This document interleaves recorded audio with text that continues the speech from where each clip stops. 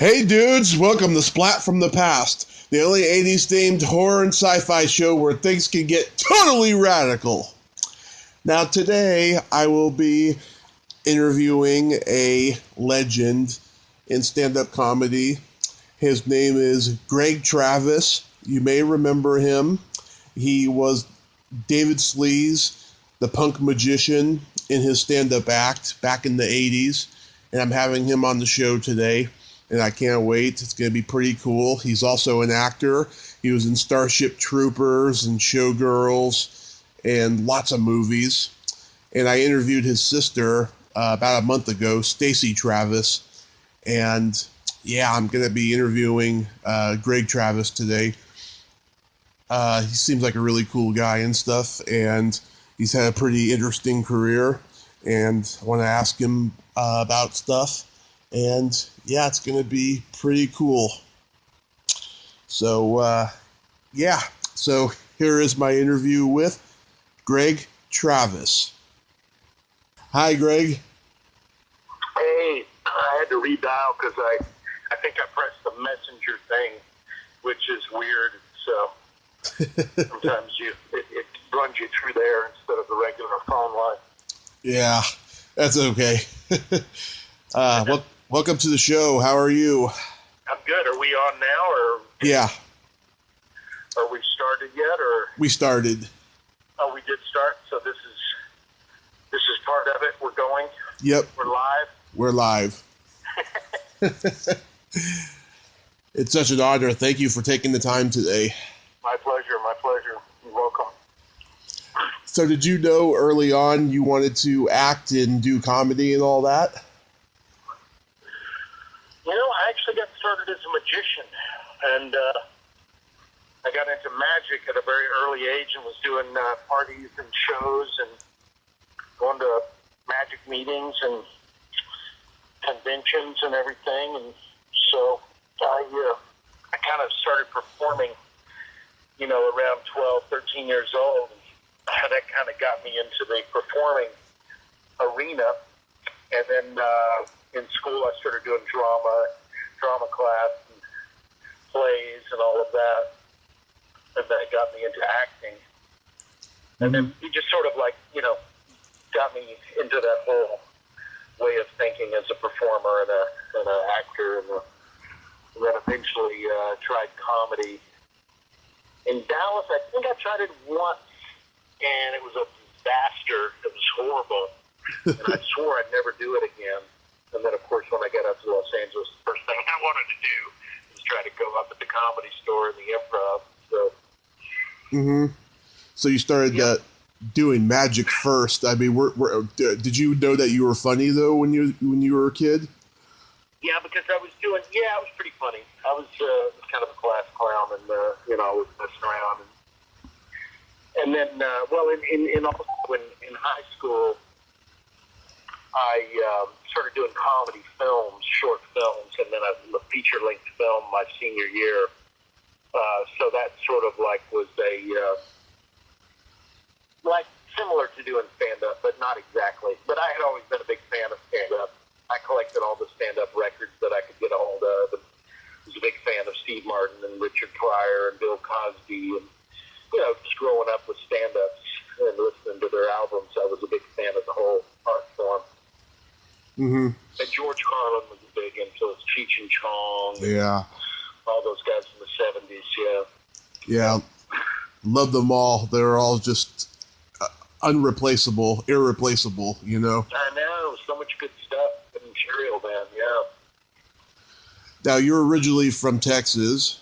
Originally from Dallas. Yes, sir. Your sister, Stacy Travis, who I talked to a month ago, she's such a lovely lady, and she tells great stories. You're very lucky to have her as a sister. Yeah, she is. She does. And you're right. Yes, indeed. So did you move to LA right after high school? Yeah, I think I stayed one more year and went to a local college here in Dallas, and then I moved when I was about 19. And I went to film school. I moved out there to go to film school right off Hollywood Boulevard. And so then I started doing stand-up while I was going to film school, and that kind of led to a TV shot about 6 months into my auditioning at the various clubs around town. And so that kind of launched my stand-up career. So I only went to film school for about a year, and then I started doing stand-up on a regular basis. And about 2 years later, I started making a living at it on the road and traveling around, and then that just led to a 20-year stand-up career. But all the while I was doing stand-up, I was pursuing acting, and I was making short films as a filmmaker, and so I never gave that up. That was my sort of my dream, was to become an actor, filmmaker.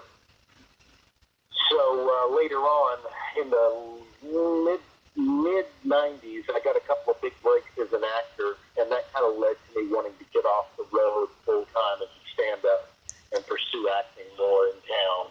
And so I did that, and that led to, quite a few roles. I've done like 45, almost 50 films now, as an actor. What year did you... So I had a pretty good run as a character actor, yes, sir. Mm-hmm. What year did you start doing stand-up? 78, I think. That's 78. When it first came out, the end of 77 or 78, yeah. And it was 2 years before you were a working comedian? I would say I was about 6 months or 8 months into it, about a year into it, I started getting paid to do road gigs. I was a middle act, and then I became a headliner pretty quick after that. So it's just a matter of building up confidence and building up your amount of material. That you've got a strong hour or a strong 45 minutes.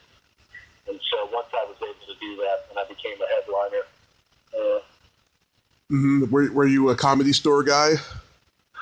In the beginning I was, and I did some big shows for them. And there was a kind of a strike in that early period. And there was a lot of problems with being at both clubs. Now, a lot of, well-known comedians could get away with it, but they started taking sides. And you're either sort of going to be a Comedy Store comedian or an improv comedian, and I decided to go with the improv. I got along better with Bud Friedman, the owner. I never did really know Mitzi that well. She was kind of aloof and scary to me. So I kind of went with Bud. And, he was a tough customer, but at least he let you know where you stood, and I could kind of deal with him on a one-on-one basis a little easier. And he actually was a big fan of mine. He loved my stand-up, and we always, had a mutual respect for one another. So it worked out pretty well. Yeah.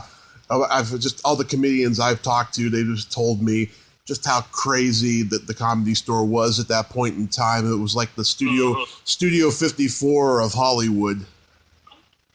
Kind of, yeah. And I just, it was a much more competitive kind of backstabbing environment at the Comedy Store.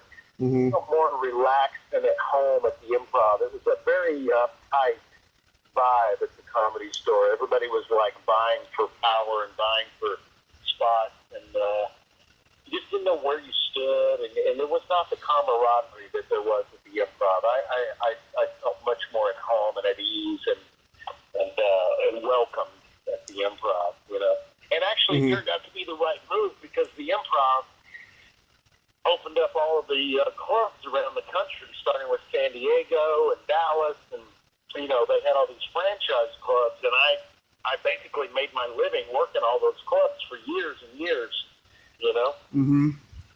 So as they grew, I was one of their main guys and main headliners that worked those clubs and went out there in the trenches and did it. And so they loved me, and I liked the work, and so for 15, maybe even 18 years, I did mainly the improv. Well, I did all of them, but I did mainly the improvs. They were the most paying. They were the highest paying clubs.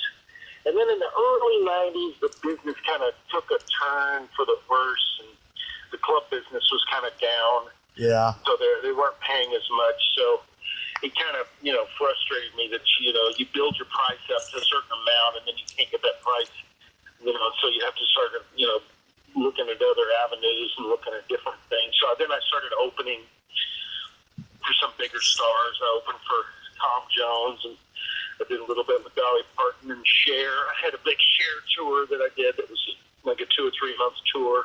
Mm-hmm. That was kind of fun. Yeah, that sounds amazing. That was just an amazing time for comedy. You had all these great comedians at that period. Rich Scheidner, Sam Kinison, Larry Miller, Andrew Dice Clay, Carrie Snow, Vic Dunlop. I mean, there was a lot of great comics during that period. Yep, there was. And I don't know, there's something about the 80s that it was kind of like, it was a renaissance in comedy, and the whole comedy scene kind of grew during that decade, and all the guys started out in the late 70s, but they really came into their own in the 80s, and so we all sort of came up together and exploded together, and some guys went, real big, and I was kind of satisfied with just being a working comedian, and I never really wanted to be the whole, sitcom thing and just be a comedian. I really wanted to be an actor and have the ability to do different roles. So I didn't want to get typecast as just one thing. So I was lucky enough to be able to do that and do dramatic roles in films and not be just a comedian in movies. And so that was kind of a cool thing that I was able to pull off. Mm-hmm. So did you create David Sleaze early on? Yeah, that was an offshoot of my Magic days, and I did a one-man show at a Mayfair Theater early on in Santa Monica. I think it was about, it was 79, maybe. It was before the 80s, and or it might have been 1980. I don't really remember, but it was a big show, and I had a band at the end that I did a parody of the Rolling Stones. But at that time, that was one of the first times I did the David Sleaze Punk Magician routine, and that sort of like became my closer in my comedy act, because there was, you just couldn't follow I couldn't follow it with anything except a musical thing. So I did do some Doors impression and my Jim Morrison impression after the Punk Magician time, so I would do that. But basically, it was the closer of my act for years and years. So there was not much you can do after that. And then people didn't like following me, so, I always headlined with that. You certainly didn't want to follow that bit, Yeah. Well, I was talking about this with Stacy. Like, nobody else in stand-up comedy satirized punk rock like you did with that character. I mean, maybe Mike McDonald made a few jokes about punk rock, but for the most part, you were like the only one. Yeah. And I actually had I was kind of musical when I was first doing stand-up. I was toying around with different musical parodies and the Stones and punk rock parodies. And I actually did a punk rock band for about a month with a real band, and we performed at a couple of places. And to me, it was kind of a parody of a punk rock band, but they didn't know that. They took us seriously because I was just doing a punk character in a band. And so it was called David Sleaze and the Balls, and that's sort of where the whole Punk Magician came from. And then I turned it into a magic character and took it from there. But that's still popular. And whenever I do my act, I still have to pull it out. To this day, they love it, Yeah. How did you get so lucky into being one of the comics on opening night at Rodney's? He had seen me and liked my act. I think at the Hollywood Improv. Mm-hmm. When he auditioned for his show, I did the Punk Magician, and he had not seen that bit, and that really tickled him. So we became fast friends after that, and he wanted me to do the show. And I actually hung out with him quite a bit. I was on his next special, too, the year after that. And him in Vegas whenever I was in town. I'd call him up and go hang out with him after one of his shows. And he was kind of an aloof guy, you know. He liked his privacy, and, you know, he had a nice girlfriend that was always around, which is Flores, that he became involved with. Yeah. And so, you know, he just, and he loved to, there was a hotel that he would go to sauna during the day. And so I actually ran into him there one time when I was staying there with friends. It was so funny that he would go off the strip to this one place. I guess it had a spa area that he liked a lot. But, yeah. So, yeah, he was a great guy. He really very supportive of young comedians and helped out a lot of people. Really a cool guy. Yeah, he was just one of the greats. And I remember he had you come back to play Hugh Fink's agent in the Really Big Show. Right. Yep. Yeah. I forgot my character's name, but yeah, it was funny as hell. Yeah, we had a lot of fun doing that. Linda Gray and Corbin Burnson. The actor that was there. Yeah, Vincent. Yeah. Yeah. My dad and I, we used to watch Rodney specials when my mom wasn't around. So, like, I remember them all, and I have some of them on Rodney's DVD set. But yeah, it's funny. The one you were on that you performed on had Jeff Foxworthy, Tim Allen, Larry Reeb, who's been on the show, Thea Vidal, and John Fox. Mm-hmm. And Jeff and Tim, they both broke huge after this. And then the last one that you played the agent on, nobody really broke through on that one, although I think Bob Zaney and David Tyree should have. Yeah, I remember David Tyree. Yeah, he was very funny. A little bit like Richard Pryor, but he was at the Comedy Store for years. Yeah. And I don't know if he's still doing it or not. I think he retired, but... he did. Yeah, he could have been a really big comic. He was very funny. Mm-hmm. But I don't know if I don't know what happened to him. I don't know what was... I know he worked the road like a lot of guys did, but I don't know what happened. I used to really enjoy his stuff. I reached out to him for an interview. He's retired now, and I think he's kind of bitter, so he doesn't want to talk about his past career and stuff. Oh, really? He didn't even want to talk about it? Yeah. Huh. Wow. Yeah, some people are like that, I've found, doing this podcast. Mm-hmm. Yeah. Well, that's the thing. You know, with the Comedy Store, it wasn't as encouraged to work the road, so a lot of those comedians were just showcasing and having to do other jobs and stay in town to support themselves, because the Comedy Store and the Improv didn't pay that much money. The in-town clubs were basically, you know, maybe $10 or $15 a set, something like that. You know, it's just minuscule, just to, you know, be something. But, you know, the road guys, the guys that were on the road constantly, they were making good money, you know? Mm-hmm. Now they make really good money, and they do a lot less of a week. They'll come in like on a Thursday, Friday, Saturday, sometimes Sunday, and make, you know, the door. So if you can draw like some of these guys can through their social media, you know, we didn't have that back in those days. And now they've got Twitter. They can have millions of followers in any city they go to and put the word out, and they get packed houses, you know? Yeah. So we just had kind of word of mouth, and we did radio publicity in the morning before the show that week, and then the newspaper, and, you know, whatever else we could do. Mainly radio was the way to get the word out back in those days, you know? Yeah, I've been doing stand-up since 2006, and I've been trying to just build my social media and stuff. It's worked on Facebook. I have a long way to go on Twitter and Instagram, though. But I know. I don't get Twitter. I mean, I get it, but it's so strange sometimes the way it works, you know. Yeah. But I understand Facebook. I've got tons of Facebook pages, and all my movies and everything are on Facebook. So there's links to that. Yep. Mm-hmm. What year did you decide you were going to just focus on acting? Around 95, I got Showgirls. I got a good co-starring role in Showgirls, and that's sort of like, I had done about maybe 5 or 6 movies and a bunch of shorts up until then, and that sort of launched my acting career.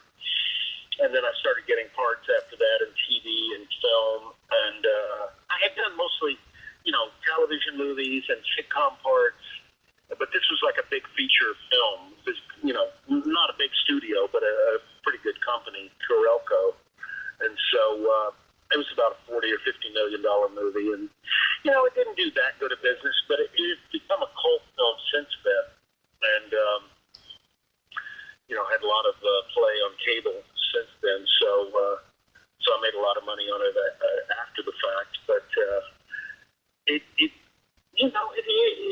an unusual, unique film, and that it deals with this sort of dancer this world, and not too many other movies have been able to, come close to it when dealing with that kind of the sexuality of it and the drug aspect of it, and it was a real kind of hard-hitting, very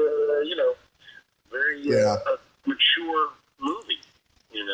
Yeah, I like it. I think it's they didn't always hit the mark with the acting, and some things were over the top and campy and whatever, but for what it was, they tried, and the director was foreign and didn't always grasp the subtleties of the American vernacular, and so that might have had something to do with it, but we were all trying real hard to make a good movie, but it just for some reason came out a little comedic, not trying to, but unintentionally. Yeah. Okay, I'm going to mention movies you were in, and tell me anything you remember from it. Oh, okay. Your first movie, you got to work, or one of your first movies at least, you got to work with the legendary Richard Fleischer on $1 Million Mystery. Oh my God, yeah. And I actually, we were flying into, I believe it was New Mexico, and we were in a little biplane, and we were going over some big canyon. It was either the Grand Canyon or one of these other canyons, and we hit an air pocket, and the plane just started dropping straight down, like for a long time. Mm-hmm. And Peter Potofsky was with me, and he was sitting across the aisle from me, and he grabbed me and goes, "My God, we're going to die!" So funny, because I wasn't sure either. I was like, this is a little tense now, it's dropping a little bit too long.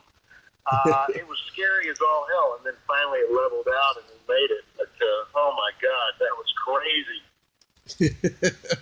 And then we got there, and I had been on the road doing stand-up, so I was like frazzled and been up for days, and so I rewrote the scene and went to the director and writer when we met with them, and showed them my version, and they liked it, and they let us play with the idea a little bit. And so that's what we ended up doing, was my version of the scene. So that was kind of cool. But Fleischer was, he was good, but I'm not sure he understood comedy as well as some directors, I mean, it was kind of funny, but it was also kind of awkward and weird sometimes too, Mm-hmm. Yeah, I listen to Kevin Pollak's podcast all the time, and he always mentions how bad the movie is. He says, "My first movie was the worst movie." Yeah, it was rough. I don't know why it was that way, because we had a lot of talented actors on it. Yeah. It was just, comedy's a really difficult thing. The timing of the editing and the delivery and the overall tone of it. Everybody's got to be kind of on the same page. And it's subjective. The reason Woody Allen or Monty Python comedies work so well is they all understand what they're doing. They're all on the same page. It's coming from not Monty Python, one individual, but they sort of make up one individual because they're all so closely tied with a certain style of humor that they are consistent with that style. You know what I mean? Mm-hmm. Yeah. Woody Allen's the same way, and Mel Brooks is same way. There's a consistent vision throughout. And I think when you get different writers and you bring in different actors and a different director, and they've all got their own vision of what a comedy should be, then it can be very difficult to get it to sync up, you know? Mm-hmm. Absolutely.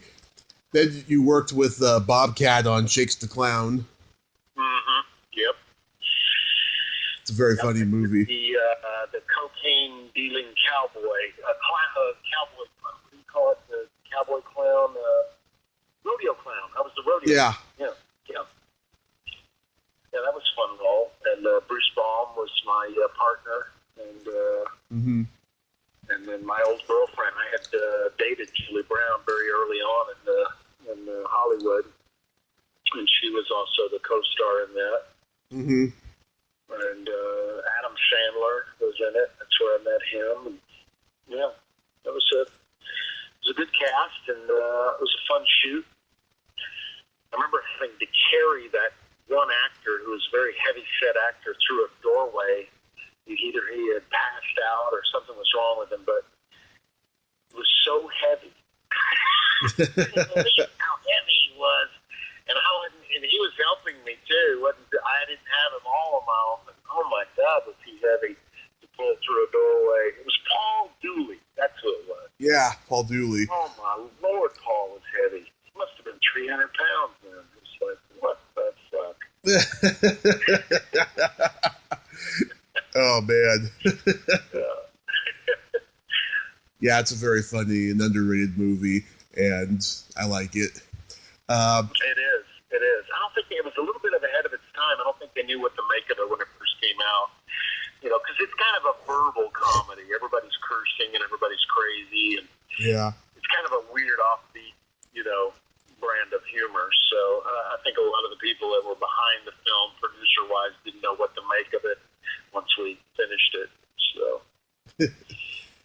Then you worked with Don Johnson and Melanie Griffith on Paradise. Yeah, that must have been an amazing experience. Yeah, I didn't really work with them. I just worked with the little girl. We had a couple of scenes together, and so that was shot separately from Don and Melody. But we were all there, and I met them I think briefly while I was there. But yeah, that was a fun movie. That was a studio film, a Disney film, and. Yeah, they just picked me out of the blue. I don't even know why I got that role. And the casting director thought I would be good for it, and they just hired me. So I just showed up and did it. Yeah. Was Showgirls a good experience?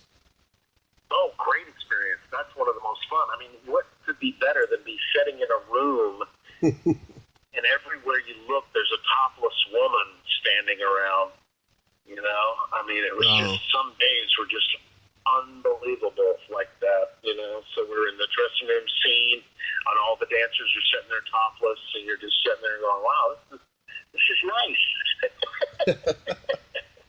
I don't know what else, what other thing could I possibly be doing that would be better than being in this room right now, Yeah, it was very nice. I appreciate the female form, so I was. I do too. More than happy to be a part of that movie. A lot of people are down on it now, but whatever. It was fun. I don't think it's too seriously. Awesome. Yeah. How about Lost Highway? That I loved. Working with David Lynch was amazing. He's such a great artist and knowledgeable filmmaker and such a great craftsman. He gets into all the details about the makeup. He sits there and places some of the makeup on actors sometimes, or tells the makeup artist exactly where to do it and what to do, and it's just amazing. He's so detail oriented. All that stuff is, right out of his head. So he actually, I guess, has a vision of everything before. Seems to know exactly what he wants all the time. Yeah, it's amazing. So yeah, he's a real nice guy too. Real sweet guy, and just real easy to work with. Real great, Liked what I did, and it was very, very cool. And Robert Blake is just so creepy in that movie. Mm-hmm. Yeah, that whole film is creepy. And I mean, I always look at it as sort of a revenge dream, like for the guy taking his girlfriend. This was like his revenge dream. Because when the doctor gives him the pill in the prison, he says, "Now you'll sleep." And then after that is when he changes into the young guy and everything goes completely haywire. So I always thought it was that pill that he was a sleeping pill, and that the rest of the movie was his dream. So, but that's just my take on it. I could be wrong. Mm-hmm. And then Paul Verhoeven brought you back again on Starship Troopers. Mm-hmm. Yep. Yep. And it was great working with Paul. We were in this big pit in Wyoming, Casper, Wyoming, and they had to de-snake the pit because it was filled with snakes. And there was some kind of an Indian burial ground too. So shot mostly at night, so they had like big 15K lights lining the edges of this pit. Mm-hmm. And then the rock formations were all in the bottom of the pit, and what made it look like another planet. And so it would rain every hour on the hour, and we'd all have to run into these big tarps, and then they'd use these big fans to fan off the dirt and get it dried up again, and then we'd start shooting again. But yeah, it was an amazing setup. They had a huge movie. It took them about a year to shoot that whole film. So like I shot one part in the middle of the summer, and then I came back in like October or November and shot another part. It's crazy long shoot.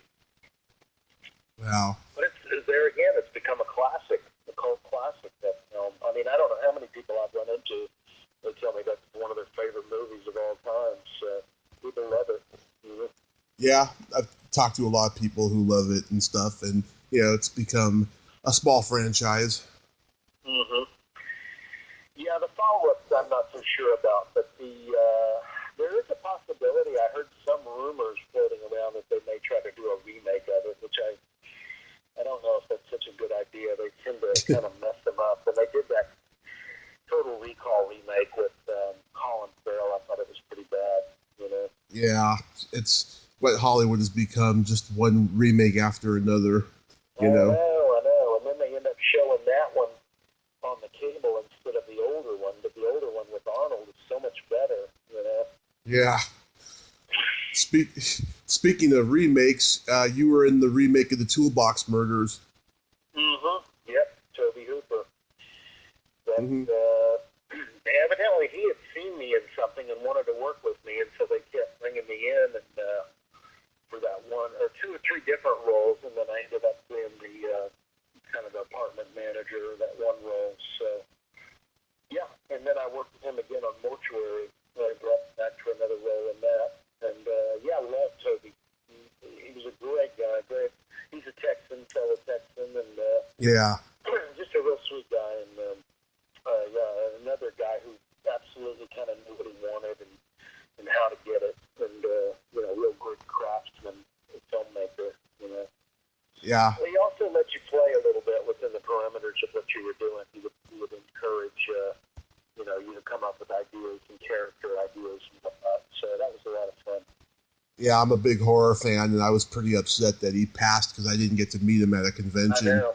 And I got to go to the memorial, which was at the New Beverly Cinema on Beverly Boulevard, and so they had a good memorial for him. And they actually played Toolbox Murders, which I was totally surprised. I couldn't believe it. That was the movie they were playing. I thought they would do one of those other, more famous films, but that was the one they played at the memorial after everything, so that was cool. Yeah, you would think they would show Texas Chainsaw Massacre or Poltergeist. I know.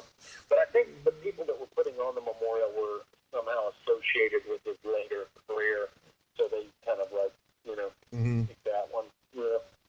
Yeah. But yeah, Texas Chainsaw is one of the all-time scariest movies ever. I mean, it's just amazing how. And I was glad to see that Nicholas Ripping, Winding Ripping, did a big tribute to Toby at the Cannes Film Festival a couple of years back. And they had a big screening of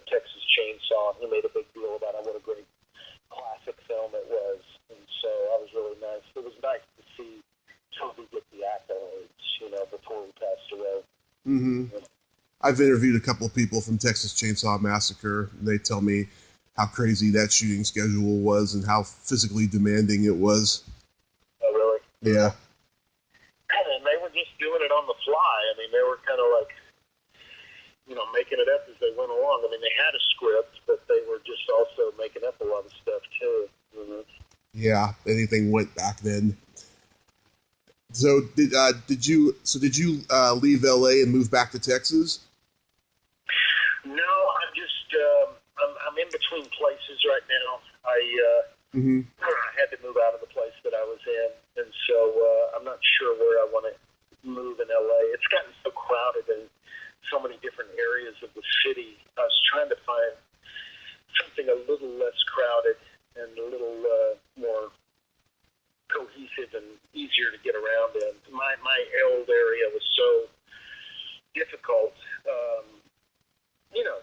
LA. It's a madhouse now, So I'm waiting for a couple of deals to go through movie-wise of my next films. So I'm going to, might be in other cities doing those films. So I've kind of got to wait and find out what's going to happen to my schedule and, and all of that. So it makes sense to get locked down in some place that I'm not going to be in. You know what I mean? Yeah. You writing and directing too? Mm-hmm. Yeah. I've made 3 features as a writer-director. Dark Seduction, Night Creep, and my latest one was Midlife. And that was kind of a drama comedy. And then Night Creep was a little bit of a comedy horror. And then Dark Seduction was the first one back in the 80s. It was a black and white detective vampire movie. And it's more of a comedy horror film than anything, but it's film noir. And it's the film noir genre of like a tough, hard-boiled detective meets 2 lesbian vampires in Hollywood. So that was the first one that I did. And so I got that out, and I got all those on the platforms on the internet, and some sales to cable channels here and there. But those were, fairly low budget. All 3 of them were fairly low budget that I did with my own money, and so some investors. And so now I'm waiting to get the next 3 greenlit, and then I want to do the next 3 films. And, some of them are in New York, some of them might be in Atlanta, so we don't know yet. So we're sort of waiting for that to happen and waiting for the schedules and the locations to be set and all that stuff. So, yeah, that's what I've been working on. So, yeah, I'm real excited. Yeah, it's a weird time right now for independent film, I've noticed. Yeah, it's a little more difficult. These platforms online there was supposed to be like DVD sales and sort of like replace the DVD sales, but I don't know if that's going to work that way or not. I hope the DVD doesn't totally disappear. I really like, Blu-ray and DVD formats. I like to have the physical copy of a movie so I can pull it off the shelf and look at it anytime I want. And, don't have to go through a computer to do it. So, I guess I'm just old school that way. Yeah, I am too. But I do like having a physical, film. It's kind of like having records. I never was able to get. Yeah. I've got a library of music on my iTunes, but at the same time, I do still have all my old CDs. And I even have my old, records too. So I don't know. I like stuff like that. Yeah, me too. I mean, I'm still a VHS guy. Yeah. Oh, you got VHS? Yeah. I had a ton of VHS, but I ended up replacing them and getting rid of most of them. And I had to kind of like cut loose from that. The DVD just looks so much better. It's just really the look of it is just so much better. Oh yeah, especially Blu-ray. I'm not even that dogmatic about the difference between Blu-ray and if you've got a good screen to play it on. If you play a DVD on a Blu-ray player, to me it doesn't look that much different. It might be like a 10% quality bump, but I don't know. I can live with a DVD look. I'm not that picky. Yeah. But at least they put the menu. At least when you go to menu, it's right next to the movie you're watching, you know, and you don't have to go to a separate screen. Right, right. You know, do you have any upcoming movies or anything you want to plug? Well, I did one a few years back that's just gotten a release on the internet called Dug Up, and it's a comedy zombie movie. Mm-hmm. And I've got some funny scenes in that. It's a pretty good little film called Dug Up. And of course, if you want to check out my films, Midlife, Dark Seduction, and Night Creek, they're all up on Vimeo and iTunes and various platforms, Amazon.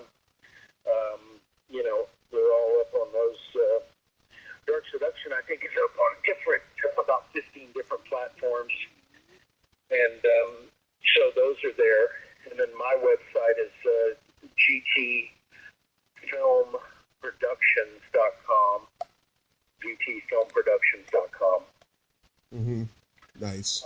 My personal website, I've been redoing it, and I haven't relaunched it yet. I've still got a few things I want to do, but it's gregtravis.com. But I'd probably take me another month before I get that up again.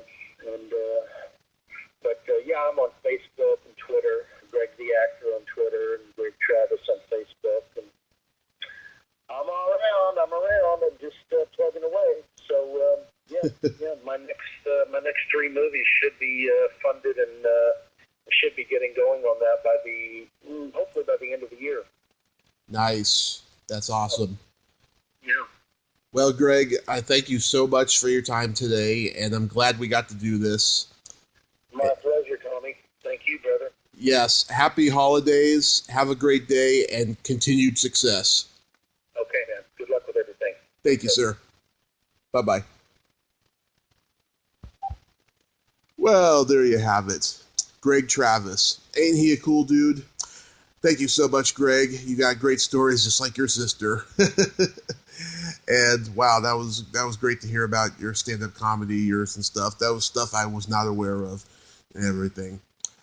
If you like this video, everyone, please subscribe to my YouTube channel. Add me as a friend on Facebook. Join my Tommy Kovac comedian page on Facebook. Follow me on Twitter and Instagram and all that fun stuff. Well, that's all time we have this week on Splat from the Past. Until next time, this is Tommy Throwback Kovac saying, there's no shame in living in the past because the present sucks. Later, dudes.